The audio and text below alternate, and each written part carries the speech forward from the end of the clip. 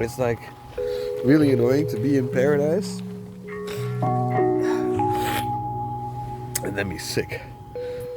These are really the last moments I have in the Philippines, and I wish I had them. Like I would be like better and great instead of like completely shitty. I feel so shitty. Hi everyone, welcome back to Controlled Substance. As you can see, I've risen from the dead. Well, let me tell you where I was. I was all by myself on planet Earth is where I was, right here, on the last day of a 2-month trip around Southeast Asia, where I tried to study 100 years of drug war. Drug war? Yes. My name is Thijs, this is Controlled Substance, and in the past years I've studied how we can end the drug war responsibly. Does every household have this? Can you ask him? Does anybody know anybody who got killed? Yeah? Everyone. And there were many chapters in the drug war I didn't have a good enough grasp on, so I went to Southeast Asia for 2 months to research a host of topics. I started in Vietnam because my brother lives in Ho Chi Minh City, so that was convenient, where locals were pounding away ketamine lines in the first bar I entered. Then I went on to Cambodia, into the Cardamom Mountains, for a mysterious story about ingredients for MDMA and the environmental damage that has caused. All of this will be in separate videos. I've got enough for hours of content, so sit back and enjoy the ride. I traveled on to the Golden Triangle, the region where Thailand, Myanmar and Laos meet. The Golden Triangle became synonymous with the illegal opium trade in the 1970s. But in recent years has seen mostly crystal meth labs pop up, funded by Chinese criminal gangs. Then a week of vacation, a motorbike through North Vietnam with my brother.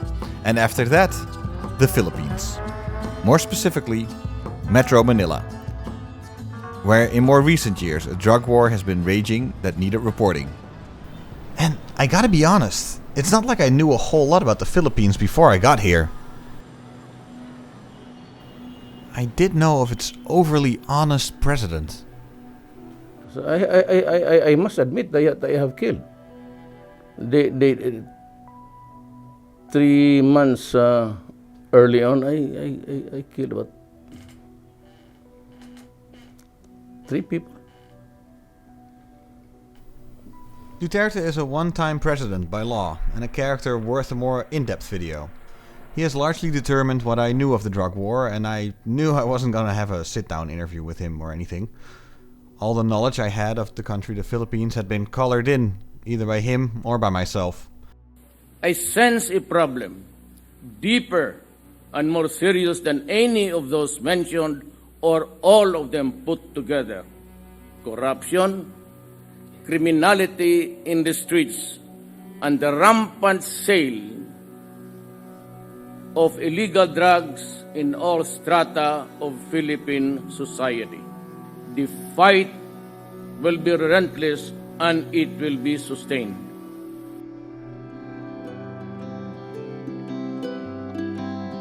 I knew that this was also the Philippines, but as I was mostly concerned with months of deep historical research, I didn't have much time to think about practical travel advice.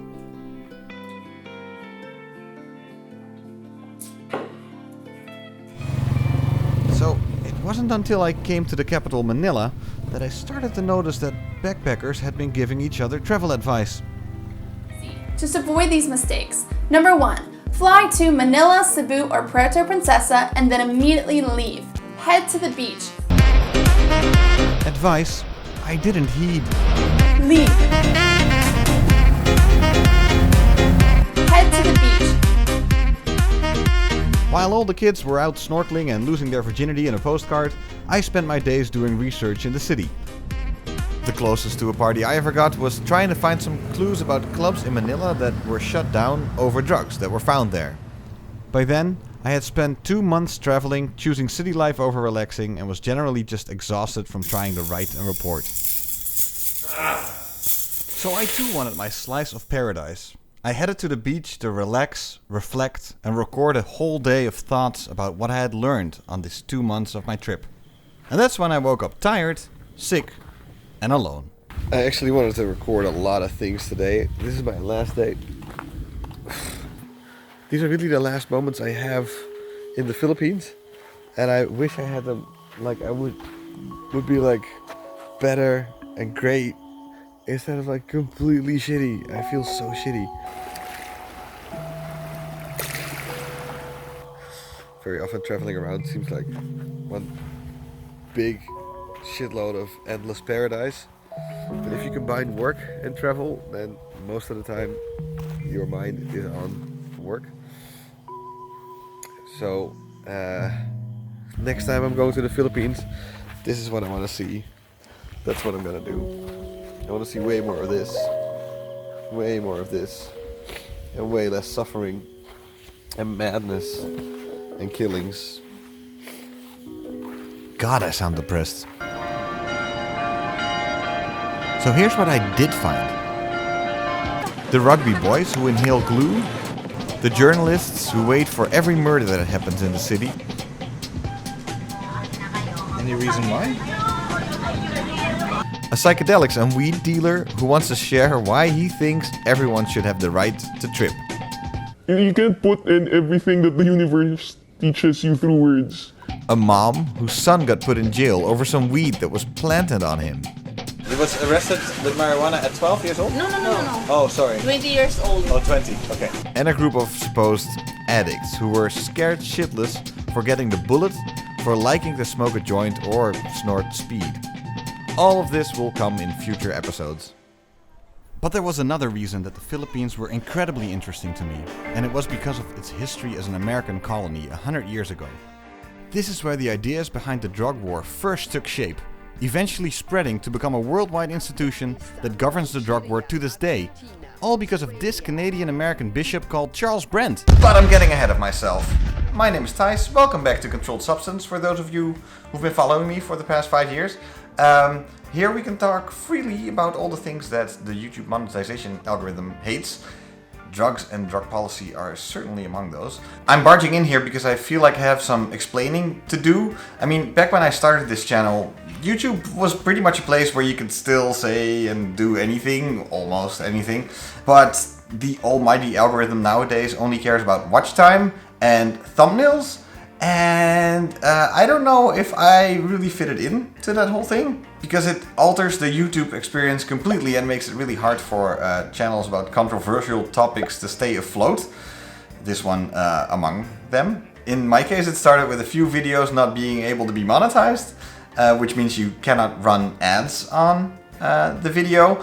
And then at a certain point, just the whole channel was not eligible for monetization anymore. I recently fixed the worst of it, but still a lot of my videos are not monetizable. So the only reason why I'm still doing this is because I think these stories are important. So if you're wondering where I've been trying to feed myself. You know, edgy drug channels don't really pay the bills.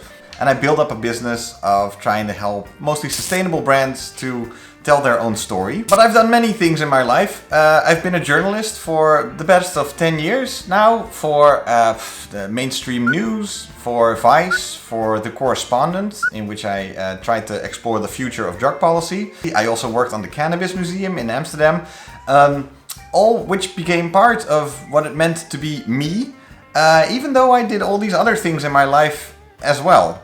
I mean, the YouTube algorithm only cares about clicks on thumbnails and watch time at the same time.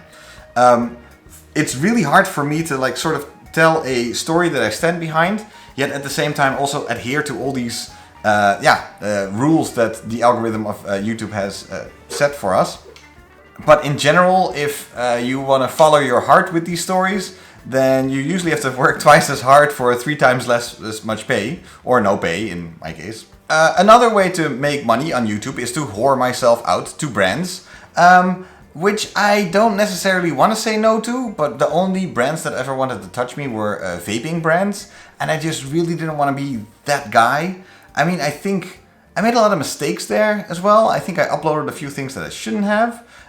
So I guess also if there's any aspiring journalists out there, I hope to also teach you what went wrong and so what's so difficult about doing sort of true journalism. Because I've been I've seen the mainstream media from the inside out, and I've worked for media who tried to sort of counter it. I think I know a bunch of things about all worlds, and there's only a few people who can really talk about this in a way, you know, that shows that they know what they're talking about. So I feel like I need to join into that conversation as well, because there's been too much bullshit about the mainstream media out there. I think there's actually a lot of people working in mainstream media who adhere a lot more to reality than a lot of politicians do. Which doesn't mean, by the way, that there are not horrible journalists, because there's a shitload of horrible journalists out there. Horrible things, just things for entertainment value only. Showing up somewhere with a narrative and then leaving a place with that narrative instead of what you actually saw happening. All those things. I've been guilty of all those mistakes. So this video is sponsored by me. Yeah, and all the Patreon supporters who have been following me for the past few years. Thank you so much, guys. It's been amazing. I tried to invest any money that came through back into the channel. Support me if you can. And by the way, while you're at it, smash that like button, because it really helps the YouTube algorithm to sort of spread this video to past and future fans. So thanks a lot for doing that too. So, in the upcoming video series, of which this one is the very first video, I want to take you on a trip through Southeast Asia. Vietnam, Shan State in Myanmar, which completely failed. The jungle in Cambodia, which was actually a good story, but I didn't find the answers I was looking for. And the Philippines. Altogether, it's been sort of like a mixed bag, like my unfortunate adventure on this island. Good things and bad things happened at the same time, so to speak. The one wonderful thing that did happen is that for this trip, before I went, I received a grant for travel expenses by Free Press Unlimited. And for those of you who've been wondering about the book, a lot of the voiceovers that I wrote for these upcoming series are one day going to become part of this book that I'm still working on. But it's, oh my god, it's such a monster thing. Ugh. It takes years to write a book. And I don't even have all the answers yet. Like, I want my book to be based on data, and it's really hard to find good data. And it's really hard to do it in the in-betweens if you know, I don't have enough funding for all the things that I want to do. So, that grant covered at least flights, trains and buses. You know, every now and then an upgrade to an Airbnb instead of staying in a hostel when I really had to work a lot. So that was amazing to have had that grant available. Because doing a trip like this is really expensive. And, you know, just some of these costs don't even cover the actual editing of the video, the motion graphics that you need to do, the promoting the video, putting it out there, getting this whole thing sort of working. None of that is part of it, so I have to do that all just by myself. The thing is, I worked as a producer about 10 years ago in New York for RTL News, was like mainstream evening news, and I would produce these kind of trips to Haiti, to all around the US, Mexico. And I know that it's super hard to do something like this all by yourself. Like, we had a team of 4 people helping us out, connected to an entire organization back in Holland. I know that just doing this all by yourself is it's just almost like a crazy idea. Every now and then while I was on the trip, I was like, man, I know better. Why am I here all by myself? So last year when I came back, I can't even count the amount of videos that I made. Kind of like this one right now, where I was like, oh my god, guys, like I don't know what to do anymore, and I'm gonna change the channel, and in the end, I think I decided to postpone any video until I really knew what I was doing, and I have a feeling that I sort of know what I'm doing right now. Content like this, where I really talk about the channel itself, is probably gonna move to Patreon. And then this channel I will use just to talk about the actual topics that I want to talk about, like the drug war. So in the past, this channel went all over the place when it came to drugs. I sit back and forget about all my life's trouble, floating around in my own green bubble. In the upcoming months, years, whatever, I first want to focus on just the drug war. Where does it come from? What is it? What the present situation is, and how thinking about the future can sort of help us out of this. But it's a really big topic. And it's a super touchy subject. I mean, there are so many legal and personal ramifications involved when you start talking about something as touchy as drugs. that, I mean, I can honestly say that I wrote this whole thing down, that maybe it looks like I'm doing this from my heart, maybe you didn't even think about it, but I write all this stuff down simply because I kind of want to be precise. I don't want to make any mistakes. I will still make mistakes. Drugs are super hard, and the weird thing is, like, if you look at the topic itself, drugs in general being seen as like maybe like a cool crime stories or like edgy or something like that. But if you talk about drug users, they're either invisible or people only think about you know, the addicted ones. Where I feel that speaking of molecules that can influence your state of mind is a very broad discussion, something that is almost goes from sugar and coffee to alcohol and weed, all the way to psychedelics and speed and painkillers and all that stuff. There's so much stuff involved. Whoa! Welcome to my new office, where it sometimes gets super sunny. And you see, the story of the drug war really goes back so far. I mean, it started, I think, because of European colonial powers turning a medicine into a for-profit industry. And then Americans coming in with their sort of Puritan idealism, institutionalizing some of this ideology on a global level because they became a world power. And I think there is a way to dismantle it, but it will take a lot of time and many years. And I find these stories important because I think that their legacy sort of runs through so many issues that are important in our time, like trust in institutions, state-sponsored violence, globalization, corruption, racism. That I really think that if you take drug policy as a lens through which to look at the world, you can learn a lot actually about how the world works and how bad policy works and why bad policy isn't changed. Because I say that I'm an optimist at heart, but the reality is that the drug war for about 100 years has been quite a solid institution, which has been, it has turned out that it's like much easier to build up the drug war than to break it down. It takes a lot of effort.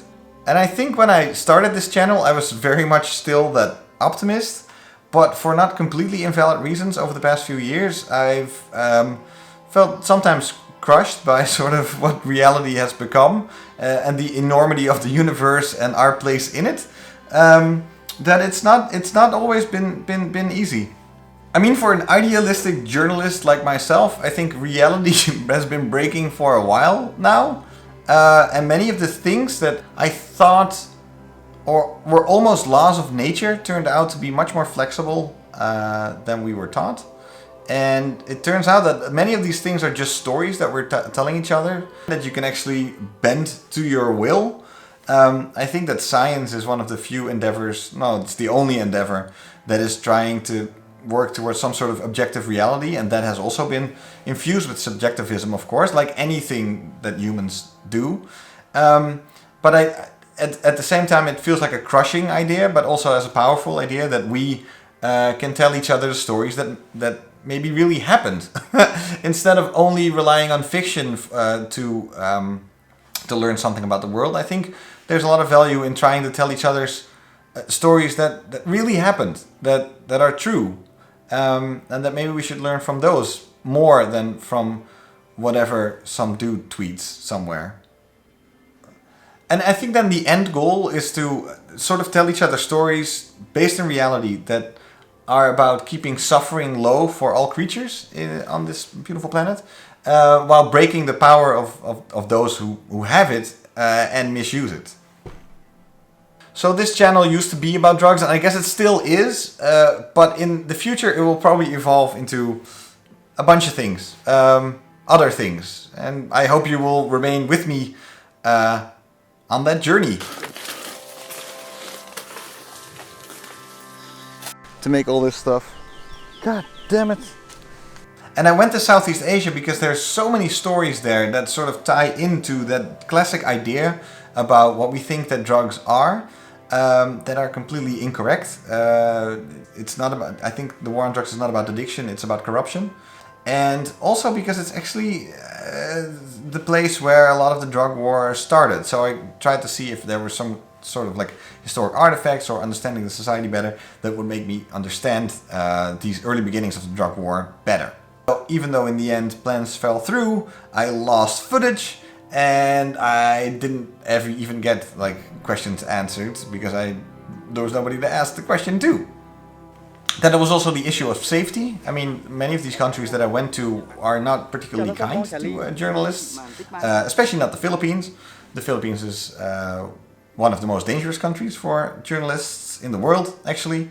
It has the highest per capita murders of journalists killed in peacetime of any functioning democracy. I mean, this is the amount of unresolved murders on journalists in the Philippines. And being a white Westerner protects me in some situations, like asking the wrong questions at the wrong time. They'll just, wave you off as like, that's inappropriate, but the guy doesn't know. But in countries or areas where kidnapping is an issue, I'm actually a valuable asset if you walk around these neighborhoods. So luckily I had some experience in, doing journalism in dangerous situations. So potentially dangerous situations, because very often I think stuff's overblown as well. People are generally super friendly. But I always have to, keep in mind that there is a risk walking around. It's like, you do have a target on your back in some places in the world, of course. And how I solved this was through most of my trip, I just acted like a backpacker, like a little naive, but adventurous. And that was a way for me to be able to get in touch with people who wouldn't talk to me if I really did identify myself as a journalist. So it's always a balance that you have to find, but especially in reporting about drugs, I get much farther by just being a normal person and not a journalist, and having honest conversations with people about something that is so illegal, instead of outing myself as a journalist from the get-go, because you always get either the official story or people don't want to talk to you because you're a risk, and so many of my stories are anonymous. The camera was very often off. But if I was able to film with my phone or my camera, I did. And then from that, I can reconstruct whatever I experienced. And I cannot share much more than sort of like cold hard facts I find behind this computer that's right in front of me right here. Combined with the subjective experience that I had at these places, sort of to check if certain things are true or untrue. And then, I hope to make some sort of mix that makes sense. Without further ado, it says on my piece of paper, let's go back to the trip in Southeast Asia, where I try to understand whatever the drug war is. I wanted to end this video with a special scene that I had prepared while I was there. I've been amazed by how many weed symbols there are everywhere in Southeast Asia, even though it's supposedly super illegal. And then I realized that actually I can't show you. It would mean another demonetization issue with this video. So I guess that if you want to see what really came next, you have to check out my Patreon. Sorry for the shameless plug, but that's how it is. So I spent my last day just being sick on the beach, looking out over a part of the world that just simply looked like paradise, and contemplated life a little bit. For some reason it struck me as really odd that I supposedly was living out the dream, yet here I was, all by myself at the end of the world. And so it took me a whole bunch of months to figure out what I had actually made, what the footage was like, if I could turn this into a serious story. Well, and then COVID was maybe kind of a blessing, because it really gave me the time to dive into it and just look at all the material that I made. So, this was episode 1 of a multi-part series. I hope you stick with me to see how far I make it.